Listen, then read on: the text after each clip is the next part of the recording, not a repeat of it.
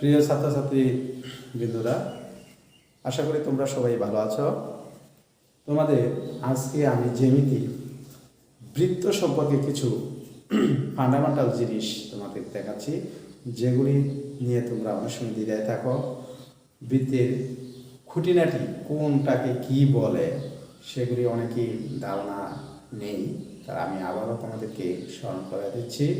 দেখো, একটা বৃত্তের যে কি, ব্যাস কি, ব্যাসার্ধ কোনটা, বৃত্তাংশ কোনটা, অধিক চাপ কোনটা, উপচাপ কোনটা, কেন্দ্র কোনটা, পরিধি কোনটা, বৃত্ত ক্ষেত্রফল কোনটা, এগুলি অনেকেরই ধারণা নেই। তোমরা আমার এই ভিডিওটা দেখলে সবগুলি থেকে তোমরা মুক্ত হয়ে যাবে, যে কোনটা কি সব জানতে পারবে। দেখো, আমি সুন্দর করে তোমাদেরকে চিত্র এঁকে বুঝে দিচ্ছি। মনে করো এই একটা বৃত্ত, এটার কেন্দ্র এটা। তাহলে কেন্দ্র সাধারণত বৃত্তের মাঝখানে থাকে। এই কেন্দ্রগামী বৃত্তের এটা হচ্ছে কি একটা বৃত্ত, এটা হচ্ছে তোমার পরিধি।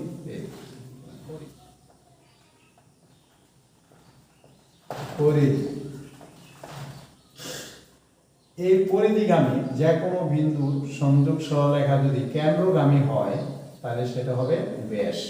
তাহলে এটা ব্যাস। আর কেন্দ্র থেকে যে পরিধি পর্যন্ত যে সরলরেখা, কেন্দ্র থেকে পরিধি পর্যন্ত যে সরলরেখাটা হবে সেটা হচ্ছে তোমার ব্যাসার্ধ। তাহলে পরিধি পর্যন্ত যে সরলরেখাটা আছে ব্যাসার্ধ। এখন বৃত্তের কেন্দ্র তো মাঝখানে, এই যেটা হচ্ছে কেন্দ্র, যা হচ্ছে তোমার পরিধি যে কোনো দুইটা বিন্দু সংযোগ সরলরেখাকে যা বলে। আমি এই এন থেকে টানিয়ে এটাও আমি যা লিখতে পারি, যা। আবার পরিধি সংযোগ সরলরেখা যদি কেন্দ্রগামী হয় তাহলে সেটা তো আমরা বুঝি ব্যাস। কিন্তু এই বৃত্তের ব্যাসই একটা যা, এটাকে বলে বৃত্তের ব্যাসই বৃহত্তম যা। সবচেয়ে বড় যা হচ্ছে বৃত্তের কেন্দ্রগামী যদি কোনো সরলরেখা দুটা পরিধি সরলরেখা সংযোগ করে সেটা যা, এবং সেটা হচ্ছে সবচেয়ে বড় যা। তাহলে গেল যা, পরিধি, ব্যাস, ব্যাসার্ধ। এখন আসো বৃত্তাংশ। যদি আমি একটা বৃত্তকে আঁকি, বৃত্ত এটা যে কোনো একটা অংশ যদি এভাবে কেটে নিই তাহলে এটা হবে বৃত্তাংশ। মানে কেকের গোল একটা কেক থেকে তুমি এই অংশটা ছুরি দিয়ে ভেঙে করে কেটে আলাদা করে ফেলো, তাহলে সেটা হবে তোমার বৃত্তাংশ।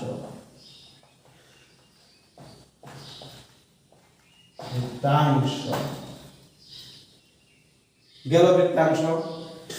এখন তুমি যদি অধিচাপ আর উপচাপ বুঝতে চাও তাহলে আমি এই যে একটা বৃত্ত আছে, বৃত্তাংশ আঁকছি, এটার মতনই তুমি আরেকটা বৃত্ত আঁকো। আইকা এই যে এটার এই অংশ হয়েছে তোমার ছোট অংশ, এটা হচ্ছে তোমার উপচাপ। আর এই যে এখান থেকে এই বৃহৎ যে এটুকু অংশে তোমার হয়েছে অধিচাপ। অধি মানে বড়, অধিচাপ। তাহলে তুমি অধিচাপও বুঝলাম, উপচাপও বুঝলাম। ছোট অংশ হচ্ছে উপচাপ, আর বড় অংশ হয়েছে অধিচাপ। আর কেন্দ্র তো মাঝখানে, এটা কেন্দ্র দেখাই দিচ্ছি। আর পরিধি হচ্ছে বৃত্তের চারপাশের যে ক্ষেত্রফলটা এই বরাবর সুন্দর একটা বৃত্ত রয়েছে। এখন এই যে চারপাশের যে দূরত্বটা, বৃত্তের চারপাশে, কেন্দ্রের চারপাশের যে দূরত্বটা, সেটা হচ্ছে তোমার পরিধি। বৃত্তের চারপাশের দূরত্ব রয়েছে পরিধি।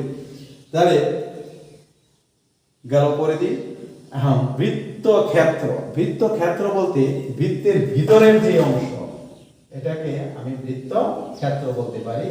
এই যে বৃত্তক্ষেত্র,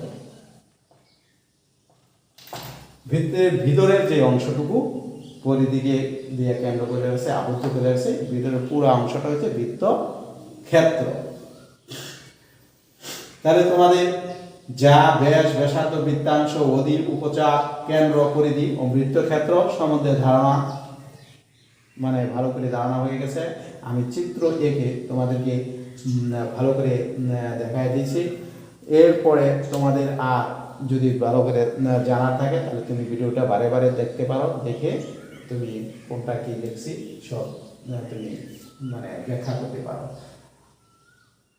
ছাত্রছাত্রীবৃন্দ, তোমরা বৃত্তের যাবতীয় অংশ সব দেখছো। বৃত্তের মধ্যে আরও অনেক অংশ আছে, যেমন ছোট দুইটা অংশ, যেমন অনেকেই বুঝো না, যেমন কেন্দ্রস্থ কোণ কোনটি এবং বৃত্তস্থ কোণ কোনটি।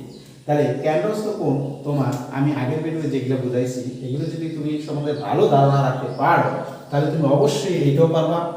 এই একটা বৃত্ত, এটা কেন্দ্র হয়েছে এটা, তাহলে কেন্দ্রের মধ্যে বৃত্তের পরিধি পর্যন্ত মানে যে বৃত্তের অংশটা দিয়ে একটা কোণ উৎপন্ন হয়, যেমন এই একটা কোণ, এটা কেন্দ্রের মধ্যে উৎপন্ন হয়েছে, এটা হচ্ছে বৃত্তের কেন্দ্রস্থ কোণ। কেন্দ্রস্থ কোণ। আর বৃত্তের যে কোনো চাপ দিয়ে তুমি, আমি এই চাপ দিয়েও আমি পরিধির মধ্যে যে কোণ উৎপন্ন হইব সেটা হচ্ছে বৃত্তস্থ কোণ। কেন্দ্রের মধ্যে যে কোণটা উৎপন্ন হয়েছে সেটা হচ্ছে কেন্দ্রস্থ কোণ, আর পরিধির মধ্যে যে কোণটা উৎপন্ন হইব সেটা হইব পরিধিস্থ কোণ। তাহলে আমি এখান থেকে এই চাপ দিয়ে আমি একটা পরিধিস্থ কোণ আঁকতেছি। এই আবার এই, তাহলে এটা হচ্ছে তোমার কি পরিধির উপরে উৎপন্ন হয়েছে, দেখা এই কোণটা হচ্ছে পরিধিস্থ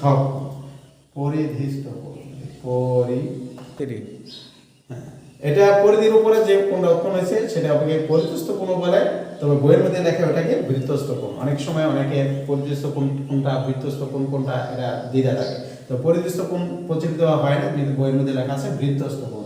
তাহলে এটা পরিধিস্থ কোণ লেখা যায়, আর নয়তো তুমি বৃত্তস্থ কোণ লিখতে পারো। বৃত্তস্থ, এটা প্রচলিত বৃত্তস্থ কোণ।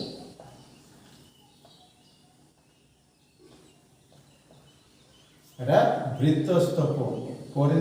পরিধির উপরে যে কোণটা উৎপন্ন হয়েছে এটা হচ্ছে বৃত্তস্থ কোণ, আর এটা হচ্ছে কেন্দ্রের উপরে উৎপন্ন হয়েছে দিকে এটা হচ্ছে কেন্দ্রস্থ কোণ। তাহলে তোমরা অবশ্যই ভালো ধারণা নিতে পারছো কেন্দ্রস্থ কোণ কোনটি, বৃত্তস্থ কোণ কোনটি।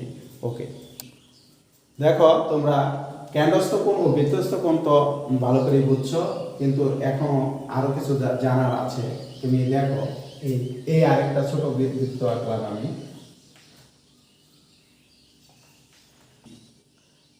এই একটা ছোট একটা বৃত্ত, দেখো এই বৃত্তে আমি যে কোনো যখন যদি আমি এইখানে একটা আঁকি, এইভাবে একটা আঁকি, এই এর উপর তুমি কেন্দ্রস্থ কোণ এই অঙ্কন হলো। আবার যদি এই থেকে তুমি পরিধিস্থ কোণ আঁকতে পারো, এই জায়গা থেকে একটা দেয়া, এটা কেন্দ্রস্থ কোণ, এটা বৃত্তস্থ কোণ। তাহলে যে কোনো এর উপর তুমি এটা অঙ্কন করতে পারো। এটা যদি হয় আর এটা হবে কেন্দ্রস্থ কোণ,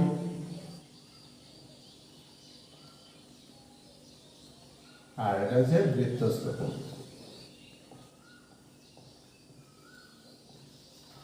তাহলে বৃত্তের পরিধির মধ্যে যে কোণটা সেটা হচ্ছে বৃত্তস্থ কোণ, আর কেন্দ্রের মধ্যে যে কোণটা উৎপন্ন হয়েছে সেটা কেন্দ্রস্থ কোণ। যে কোনো থেকে তুমি এটা অঙ্কন করতে পারো, থেকে। তাহলে তুমি দেখো বৃত্তের বৃত্তাংশ, পরিধি, বৃত্ত ক্ষেত্রফল এগুলি সম্বন্ধে জানো। তুমি যদি যে কোনো এর উপর, যেমন এই একটা এই এর উপর তুমি এভাবে একটা রেখা টানলা, এইখানে এটা কি, এটা পরিধিস্থ কোণ।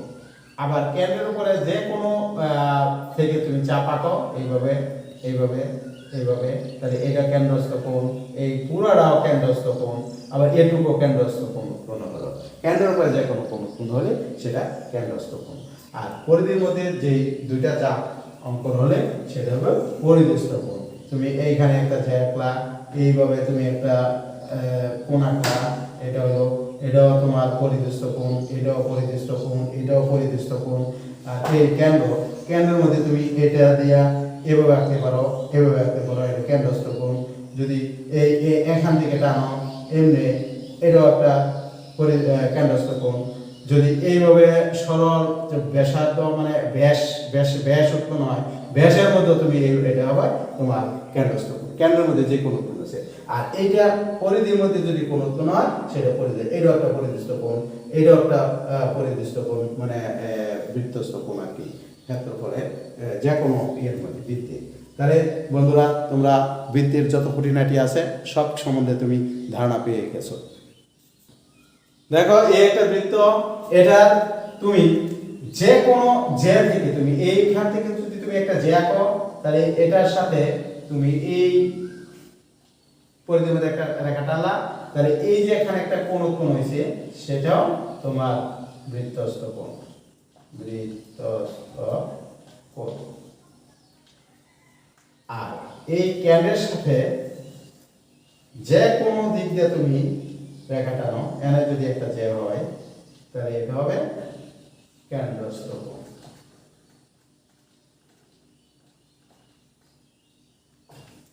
কেন্দ্রস্থ কোণ। তাহলে পরিধির মধ্যে তোমার যেখানে কোণ উৎপন্ন হবে সেটা হবে তোমার বৃত্তস্থ কোণ।